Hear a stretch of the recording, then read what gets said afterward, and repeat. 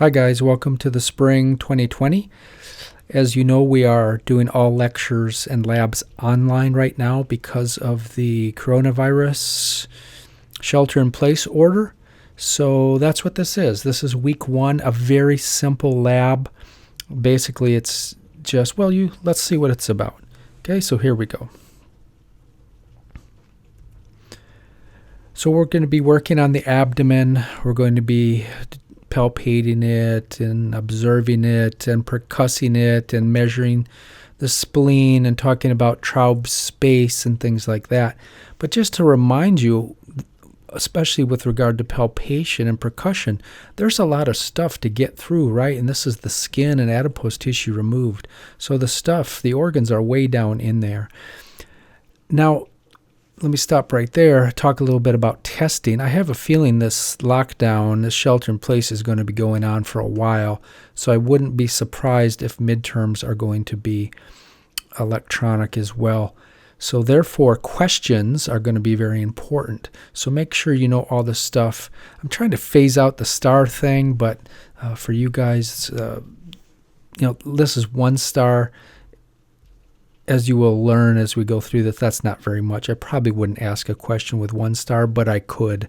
If there's not a star on the slide, I usually don't ask a question about it, but study all the slides. Like this one. You should know these organs. Traub or McBurney's point, where people have tenderness to palpation for appendicitis. You should know where that is, right? And we'll talk about that more as we go through the course. But this is just kind of an overview showing you where this stuff is. Okay, now you should know this stuff. What's in the right upper quadrant? I could ask, which one of the following is not in the right upper quadrant? The spleen, the liver, the gallbladder, the duodenum? The spleen is in the left upper quadrant. So you should know, I'm sure you already know this stuff. And I guess I should have mentioned this at the beginning, but all of my lab for GIGU, from endocrinology, we don't have a lab for endocrinology, but for CVPP, all my labs I built using the books that the Board of Chiropractic Examiners will test you on. You will not see a question from the Board of Chiropractic Examiners that doesn't come from one of the books, the list of board books. All right, so therefore all of my courses are based on those board books. How do I know? Because this is my second year of being invited to actually write questions in Colorado for the Board of Chiropractic Examiners, so I know exactly how that stuff works. So therefore we're not using Jarvis, we're using Bates and a book called Seidel. All right, but anyway, for abdominal structures by quadrant, make sure you know what's in. And I'm only going to focus on the ones in red. You don't have to memorize everything. But the right upper quadrant, you should know the liver and the gallbladder and the duodenum are in this region. For the left upper quadrant, the spleen is there. The stomach is there. Okay, pancreas is underneath the stomach. I guess I could have included that as well. Hey, let's try out my new drawing tool. Oh yeah, I can use it just like that. There you go. Pancreas is in there as well. Sigmoid colon, so left lower quadrant, sigmoid colon, descending colon, left ovary, right lower quadrant. We have the appendix, and we have the right ovary. Got it? You should know these referral zones. I think you probably already know these, right? So the epigastric region is in this region right here underneath. Sometimes it's called the subxiphoid region. That's right underneath the xiphoid process. So we have epigastric pain comes from the stomach, duodenum, or pancreas. That's where this organ or these organs refer pain to. In the right upper quadrant and spilling into the epigastric region, the biliary tree refers pain. So main pancreatic duct, duct of Wirsung, all that stuff, remember that? And the liver refers pain to this region. Around the belly button is classic for early appendicitis, starts in the belly button. But there can be some small intestines, proximal colon, but I definitely want you to know that the appendicitis or early appendicitis will present as a dull, kind of vague pain around the belly button. Later, it'll localize to McBurney's point, and we'll talk about that when the time comes. And down here, this is called the suprapubic region. There's the pubic crest. Pubic tubercles would be right here. Bladder, uterus are down here. Problems with those, cysts, tumors, things like that can refer pain to this region. All right, Percussion 101 is pretty easy. I'll try to put a video. I'll link it to the end of this thing, just demonstrating how to properly percuss. I've learned over the years you guys are absolutely terrible. Your percussion skills are terrible. So usually if we were in person in the first lab, I wouldn't let you leave the lab until you percussed across the table, demonstrating the proper technique, and I will demonstrate that by video. I'll stick it on the end of this video. But you're striking, this is for a right-handed person, you're striking the middle finger, specifically the dip of your left finger with the left middle finger, the tip of it. I got a picture of it coming up. But when you strike that, it sends a vibration, and you have that on the tissue. It sends a vibration or sound wave deep into the tissue, and it makes a certain pitch note. And that note is called the percussion note. There's different regions of the body have different percussion notes. What's the percussion note over the abdomen? I don't know if you can hear it. I'm doing it right now. That's called tympany, right? Most of the abdomen is percusses. The percussion note is tympanic. What about in the thorax or the chest? How does that percuss, assuming you're not over the heart? That's called resonant. Resonant. Okay? Except in Traub's space, that percusses tympanic, and we'll talk about that when the time comes. So, 2 new words, I think. You don't know what the plexor is and the plexor meter. These are classic words. Let's look at the plexor and the plexometer or plexometer. So think of it as like a meter, an instrument. That's going to be struck by the plexor.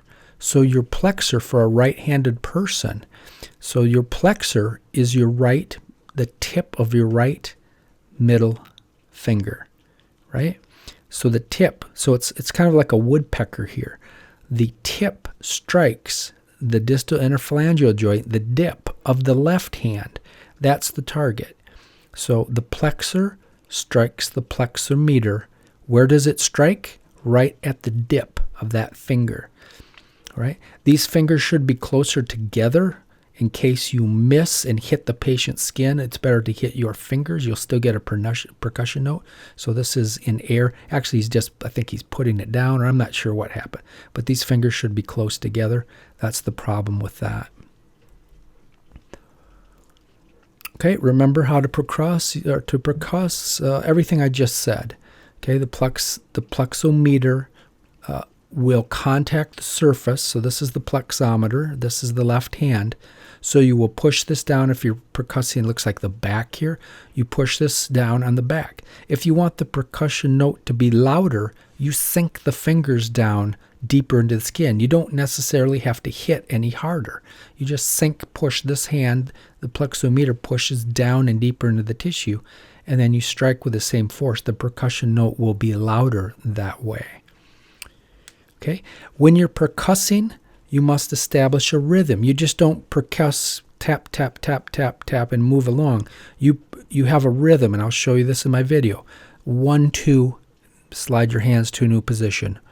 Peck, peck, slide your hands to a new position. Peck, peck, slide your hands to a new position. And you get a rhythm going. Okay, you guys, usually when you come in, you're just like a woodpecker. Peck, peck, peck, peck, and you're moving your hand. It's not the way to do it. You do 1, 2, or you can do 1, 2, 3, move. 1, 2, 3, move. Got it? Keep all the fingers together. We already talked about that. So you don't hit the patient, you hit the other ones.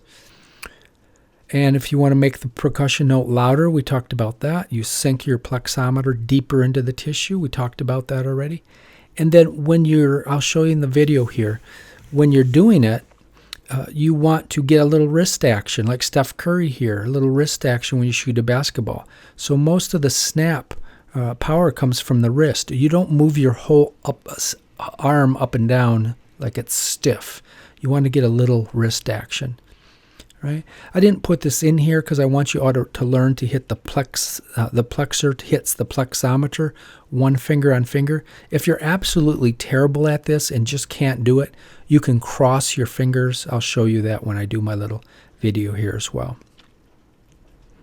All right, let's practice. So normally I would have you guys pair up and you'd be percussing along, and I'd be checking your skills out, and you wouldn't get out of the room until you could do it right. So that's what you should make sure you practice, because this will be, if we are back for the midterm, this will be on the final. If we're still live in computer, maybe I'll have you take your iPhone and send me a video of your percussing so I can see if you're how you do on that question. It's possible, so make sure you know how to do this.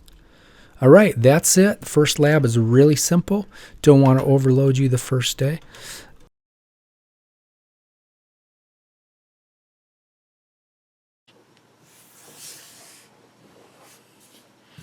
Hi guys, Dr. Gillard here. This is the percussion demonstration. We just talked about it in lab. So we're going to be percussing over this surface. Normally I would have you do the same thing in week 1 to demonstrate your skills. So this is the plexometer, right? Not that I'm giving you the finger. Plexometer. Plexometer, you're going to peck. You're going to hit just like that. Right there's the target. Right? There's the distal interphalangeal joint of the third finger to third finger. If you have long fingernails, you're going to have trouble doing this right. So fingers, you want the fingers to be not like this. So in case you go like this, you might hit the patient, put the fingers together, just like this, and then percuss. So your wrist, you're going to have a little, see how my wrist is got a little flex to it? Okay? And so, let's see, we'll get a view like this. So 1, 2, 1, 2, 1, 2, 1, 2, 1, 2.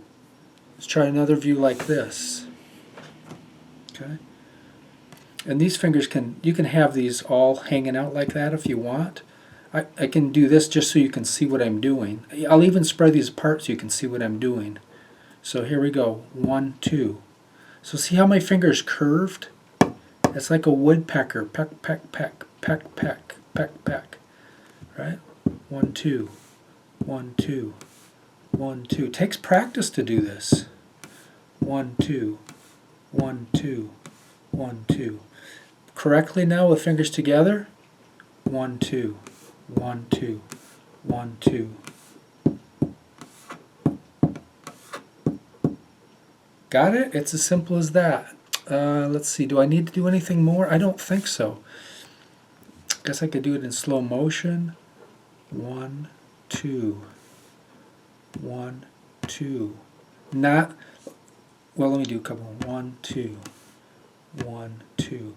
Let me show you how not to do it. That is not how to do it. You will get bad marks if you do that in my lab final. Okay, don't do it like that. And don't go like this. See, my whole arm is moving. You got the woodpecker part right, the plexor hitting plexometer, but your whole arm, it's in the wrist. Right? 1, 2.